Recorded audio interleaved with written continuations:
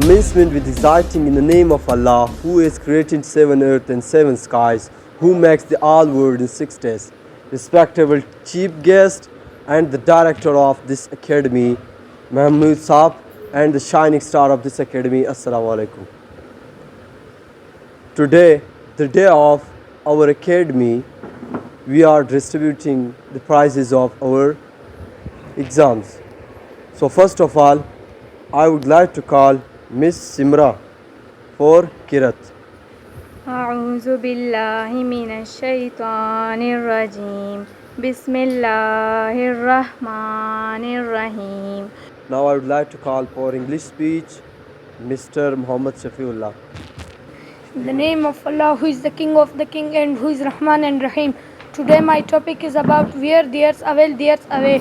Where there's away, there's away is a saying celebrating human willpower. This proverb means that if we are determined to do something, we will get it done. This will be the case even if it is challenging, difficult or seemingly impossible. The famous saying highlights time I lost when I see sunshine, moonlight, singing of birds, dancing of trees. Let me present the sunnah of Prophet, that is Assalamu alaikum to all of you. Today my speech is about postman. The postman is very useful public servant. He wears khaki uniform, hand a turban on his head. He brings letters, postcards, parcels and money orders for us. He puts them in his bag. We feel happy to see him. He is welcomed by all. He goes door to door and delivers letters. He does his duty in rain or sunshine.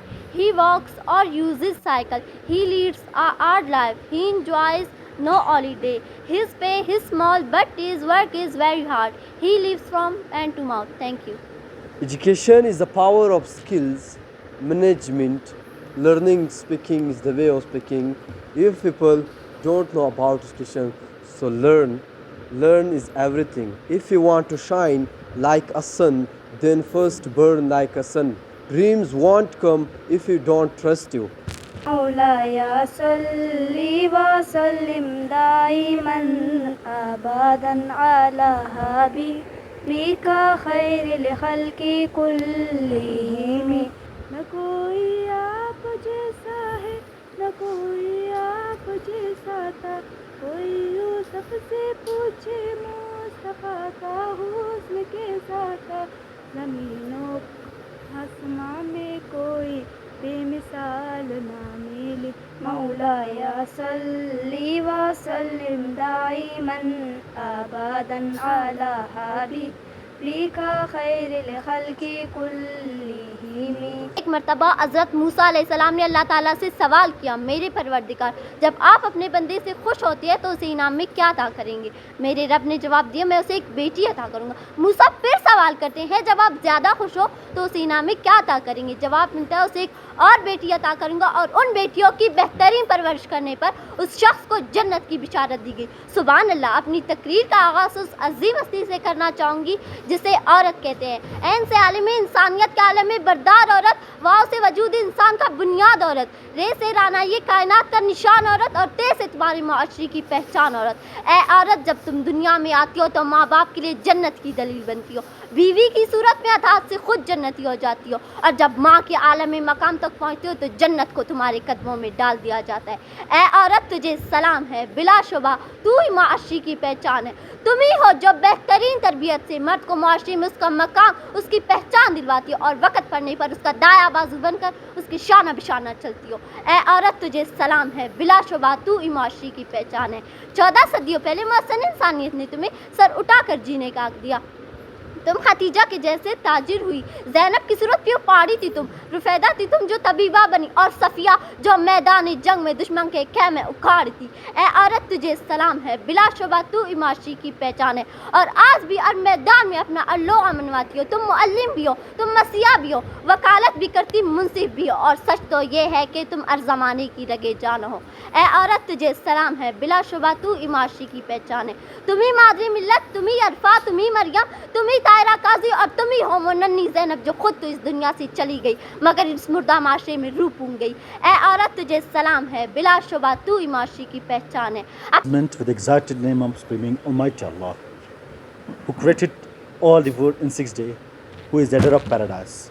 Let me present the sunnah of Prophet peace be upon him, that is Assalamu alaikum to all of you. There's a great quotation who tell us how to live, how do we spend our life. There is a first problems comes in your life, make you better or better. A problems comes in your life, make you or break you. Choice is your that you want to become a victim or vector.